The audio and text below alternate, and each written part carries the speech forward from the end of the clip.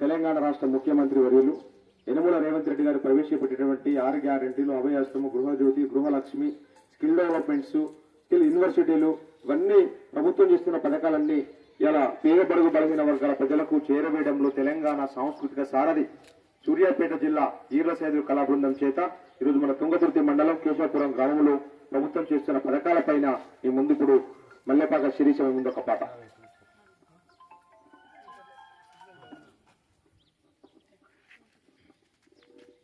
ప్రజాపాలన